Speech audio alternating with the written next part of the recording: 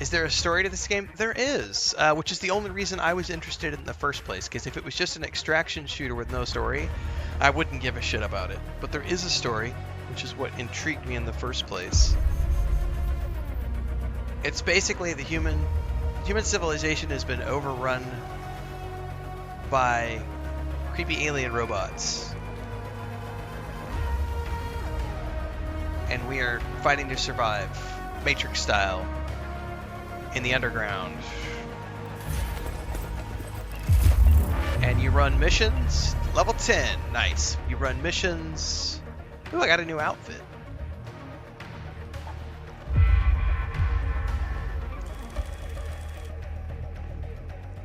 Or I'm working towards a new outfit, one or the other. Yeah, the NPCs constantly. How did I enjoy PvP encounter? Fucking hate PvP. Please do not match me with other PvP players. By the way, these are the surveys. Please do these when you play the game. Do the surveys, because the surveys help make sure that when you queue up, you are queuing up into queues that favor your chosen playstyle. If you want to play with other sweaties, choose PvP. You want to play with casuals like me and the people who cope. Yeah. If you want to group up with friendlies like me, tell them that you hate PvP, and you're more likely to get queued up with normals like me. Yeah, we hate PvP. Thank you.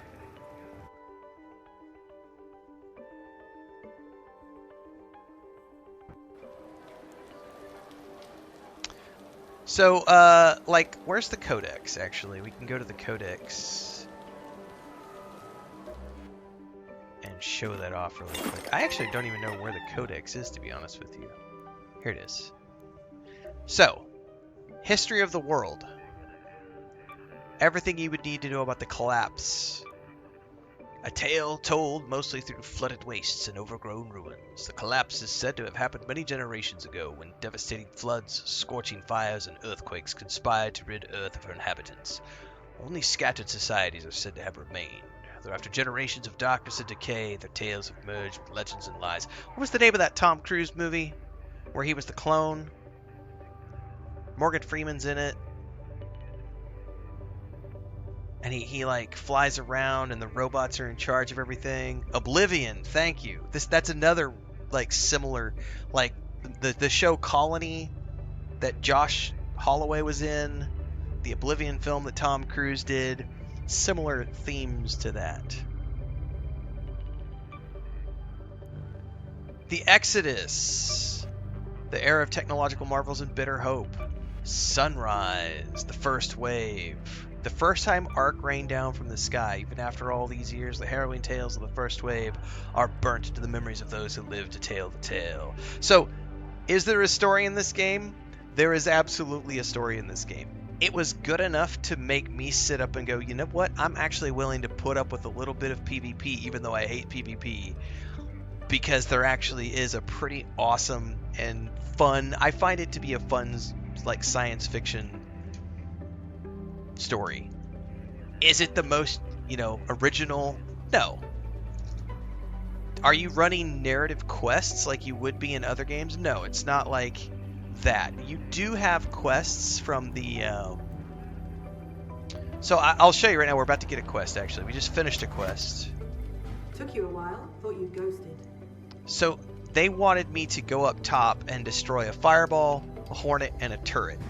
Those are 3 different Ark enemies. And I did that. So now I'm going to get some rewards. Made it back, huh?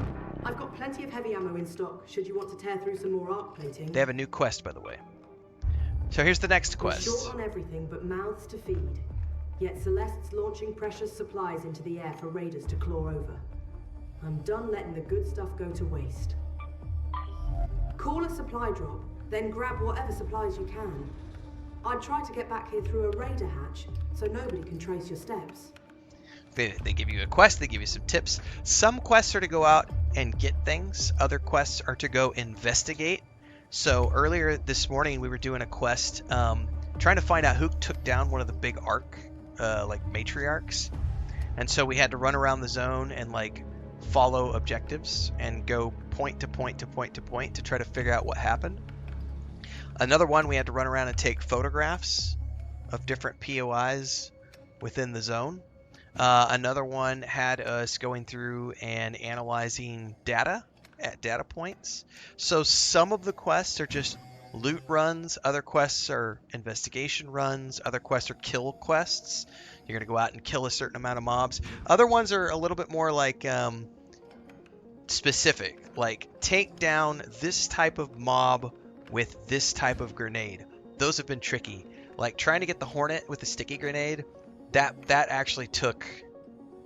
That one was mildly frustrating, trying to get the stupid Hornet with a sticky grenade. But it's not like this is not a narrative RPG, so there are not going to be branching dialogue choices. This is an extraction shooter. Like that's what this game is. It's an extraction shooter. But there is a story here, and they do give you quests. Quick commercial break, everyone, to celebrate and give thanks to all of these amazing people who keep me on the air full time. Really appreciate the support.